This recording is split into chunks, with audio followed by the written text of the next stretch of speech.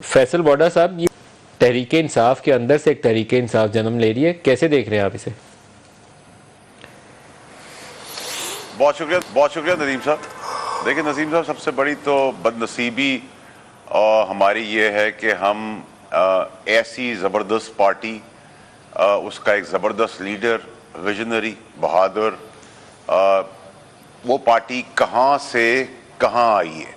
سب سے بڑا تو رونا اور سب سے بڑی تکلیف دہ عمل تو یہ ہے، اور اس کو تباہ اور برباد کرنے میں خاص کیڑے، عام، سانپ سارے تھے۔ وہ اب قوم دیکھ بھی رہی ہے، کوئی قسمیں کھا کے گولی کی بہانہ کر کے اگلے دن پریس کانفرنس کر رہا ہے، کوئی رو کے پریس کانفرنس کر رہا ہے، کوئی بھاگ کے پریس کانفرنس کر رہا ہے۔ جس وقت میں نکالا گیا تھا ندیم ملک صاحب، تب میری پارٹی بھی بہت تگڑی تھی، میرے چیئرمین صاحب تو اتنے تگڑے تھے کہ وہ ان کو نیچے دیکھ کے طرف سوچ بھی نہیں رہے تھے، اور میں تو ان کو بچانے کے لیے نکالا گیا، ان کی سیاست اور ان کی زندگی کو۔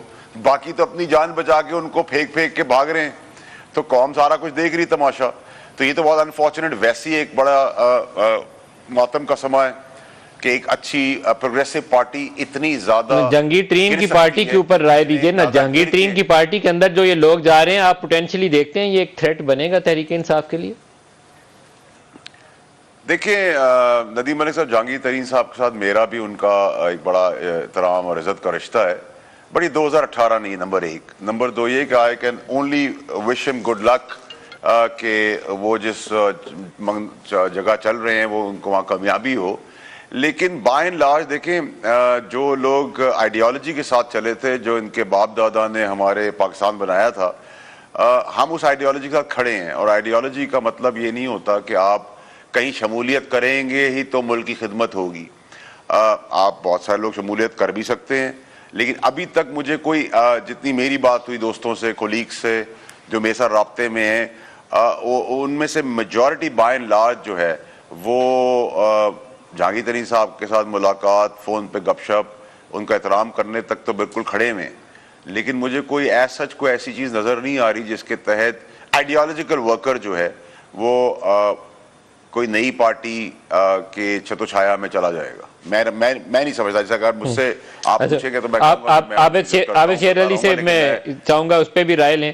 میں نے فواد چودھری کے قریبی لوگ جو ہیں ان سے بھی رابطہ کیا، تو ان سے مجھے ابھی تک تصدیق نہیں ہوئی کہ فواد چودھری کی ایسی کوئی انٹینٹ ہے، میں ان سے تصدیق نہیں بھی کر پایا۔ عابد شیر علی، آپ بتائیے گا، کیا نئی سیاسی پارٹی اس موقع کے اوپر لوگوں میں قابل قبول ہو جائے گی، یا ایک وہ کاف لیگ والا تجربہ ہوگا، کنگز پارٹی پہلے بھی ناکام ہو گئی تھی، دوبارہ ناکام ہو جائے گی؟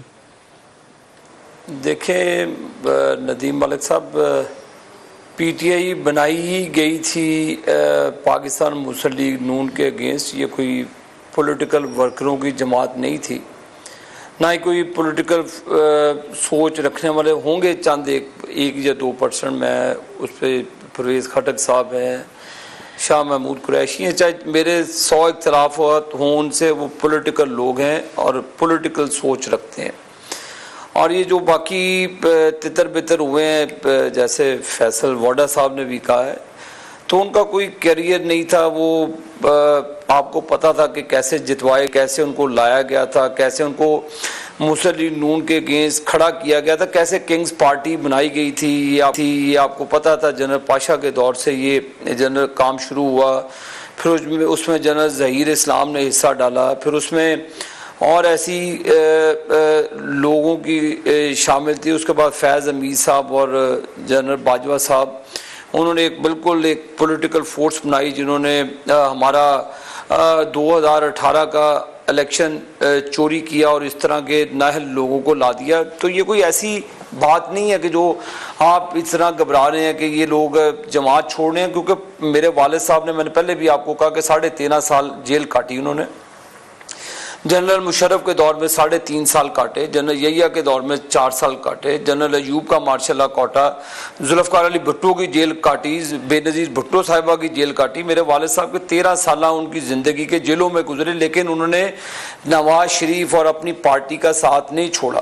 تو یہ میرے بڑے بھائی بھی جیل میں ڈال دیے گئے، میں بھی جیل میں ڈال دیا گیا، بہت ساری، جنرل محمود صاحب آتے تھے اس وقت اٹکلے میں، بے شمار آفرز کرتے تھے چودھری شیر علی صاحب کو, انہوں نے جوتے کی نوک پہ بھی نہیں رکھا اور اپنی سزائیں انہوں نے کاٹی. میں نے آپ کو یہ نواز کہا شریف تھے نہیں نا سیاست میں, اس کے بعد آئے ہیں. یہ تو میرے والد صاحب تو تھے. میں اپنے والد کی, میں اس وقت میرے والد صاحب فاؤنڈر ممبر تھے جنہوں نے پیپلز پارٹی بنائی, اور بھٹو جب وزیر اعظم تھے میرے والد صاحب نے اس وقت پیپلز پارٹی کو خیر آباد کہا, اور بھٹو نے 180 مقدمات میں میرے والد صاحب کو نظر بند کیا. پھر جنرل ضیاء الحق کی مارشل لا آئی, میرے والد صاحب کیا ہمارا پورا خاندان جیلوں میں پھینک دیا گیا. یہ نہیں ہے, میرے والد صاحب ایک پولیٹیکل ورکر تھے اور آج بھی الحمدللہ وہ ایک پولیٹیکل ورکر ہیں. تو ہم اپنے آئیڈیالوجی کے ساتھ کھڑے ہیں, ہم اپنی سیاسی کمٹمنٹس کے ساتھ کھڑے ہیں, چاہے 100 ہمارے پر پولیٹیکل پریشر آئے, اتراؤ چڑھاؤ آئے. کیا جہانگیر ترین اگر عابد شیر علی پنجاب میں ایک نئی سیاسی جماعت بناتے ہیں تو آپ کو لگتا ہے کہ وہ ایک خطرہ ہوگی گوئنگ فارورڈ تحریک انصاف کے لیے, نون لیگ کے لیے؟ I just only wish him a good luck. میں تو انہیں گڈ لک ہی کہہ سکتا ہوں.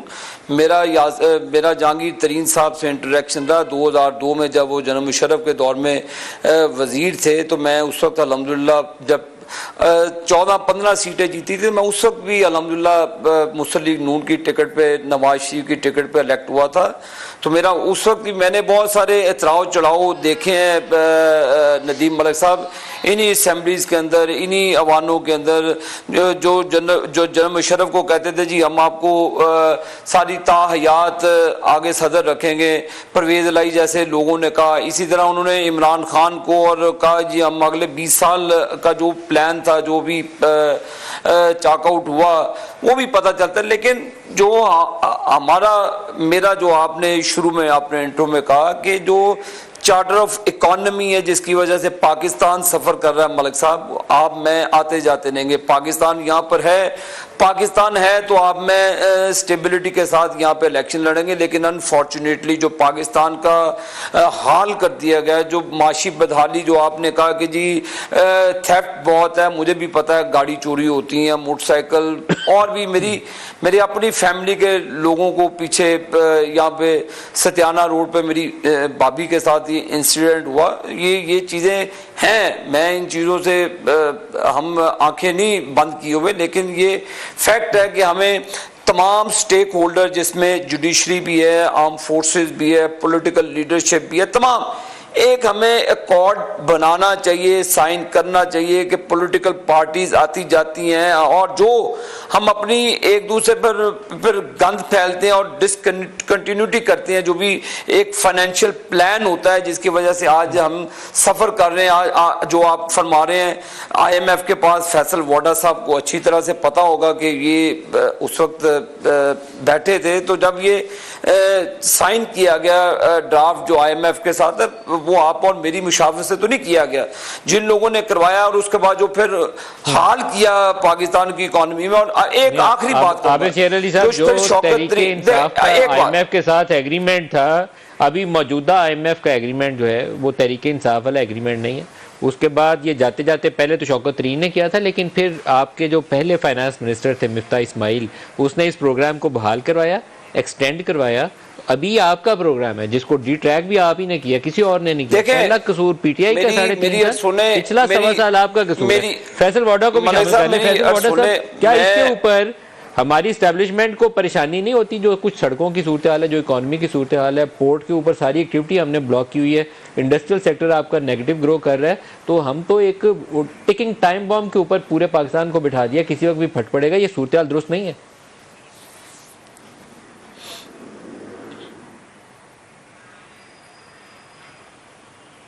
فیصل واڈا صاحب.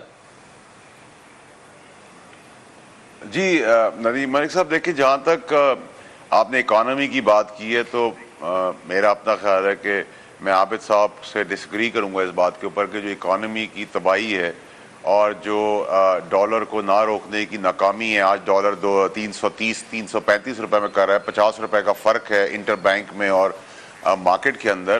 ریگارڈلیس کہ پی ٹی آئی کی حکومت کو بہت بلیم کیا جائے, اور اس پہ بہت سارے فالٹس پی ٹی آئی کے ہوں گے اس ٹائم کے, اور جب شروع میں جو ہمارا انیشل بہت ہی توپ خانے والا فائنانس منسٹر آیا, ایکچولی تو پی ٹی آئی کی تباہی کا ریزن ہی وہ بنا جب آپ نے ایکسپیریمنٹ کرنے کی کوشش کی نالائکی کی وجہ سے کہ آئی ایم ایف کے پاس نہیں جائیں گے, اس سانپ کی وجہ سے جتنا ہم نے نوز ڈائیو اور تباہ کیا ہے پی ٹی آئی کی حکومت کو, اس سے تو ہم بھی خود ریکور نہیں کر پائے, اور اس کی ریکوری کے ریپرکشنز آج کی پولیٹیکل جو اسمبلی میں بیٹھی ہوئی ہے پی ڈی ایم کی گورنمنٹ ان کو بھی ہے. لیکن قطع نظر کے اسحاق ڈار صاحب کو جب لایا گیا اور جس طریقے سے ان کو بلایا گیا اور جس طریقے سے وہ ایک ہی دن میں سینٹ میں بحال ہوئے اور ان کے ڈر سے ڈالر نیچے گرنا شروع ہوا, ان کی بھی بہت زیادہ انسکسیسفل پالیسیز ہیں جس کے اندر امپورٹ کو بہت بڑی مار پڑی ہے, ایکسپورٹ کے اندر لوگ سڑک پر آ گئے ہیں, فیکٹریاں بند ہو گئی ہیں, پیمنٹس ہو نہیں رہی, فورن ڈیٹس کلیئر نہیں ہو رہے,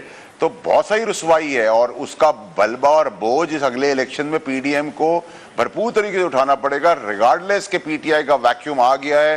اس کا یہ مطلب نہیں ہے کہ وہ سارا ووٹر جو ہے وہ ووٹ کے پی ڈی ایم کو ووٹ کر دے گا. پی ڈی ایم کو مشکل ہوگی اپنی حلقوں میں جا کے سیل کرنے کے لیے کہ ہمیں ایک اور چانس اور پروویژن دیا جائے.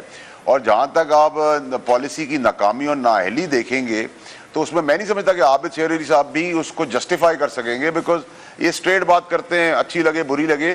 تو وہ بوجھ سے تو مریم صاحبہ بھی اپنے آپ کو ڈسکنیکٹ کر چکی ہیں کہ میں اس کا حصہ نہیں ہوں, اور نواز شریف صاحب بھی بہت حد تک ڈسکنیکٹ کر چکے ہیں اپنے آپ کو کہ جی یہ ہم اس گورنمنٹ کا حصہ نہیں ہے یا یہ گورنمنٹ اور نواز شریف صاحب الگ الگ ہیں.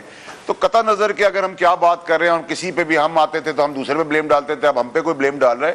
لیکن اکانومی کی ابھی کسی کا نہ دماغ ہے, نہ جا رہا ہے, نہ سوچ ہے, نہ سوار ہے, نہ کوئی کنسرنڈ ہے.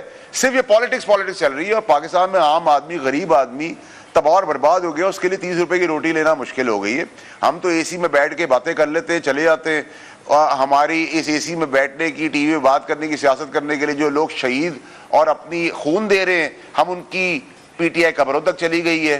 تو ہم تو پتہ نہیں کس ڈگر جا رہے ہیں. ندیم علی صاحب اللہ تعالیٰ رحم کرے, اس ملک کے اندر اتنی پولرائز اور اتنی ڈویژن اور اتنی ہیٹریٹ کریٹ کر دی ہے کہ آپ ایکچولی جن چیزوں کے اوپر آپ کو ایڈریس کرنا چاہیے, عام آدمی کی زندگی, تیل پانی روٹی, ہسپتال, اسکول, ہم اس کی طرف جا ہی نہیں رہے. ہم ایک دوسرے کے کپڑے کھینچنے میں لگے ہوئے ہیں, اپنے اداروں کو گرانے میں لگے ہوئے ہیں, اپنی عدلیہ کو کنٹروورشل بنا رہے ہیں. It's very sad.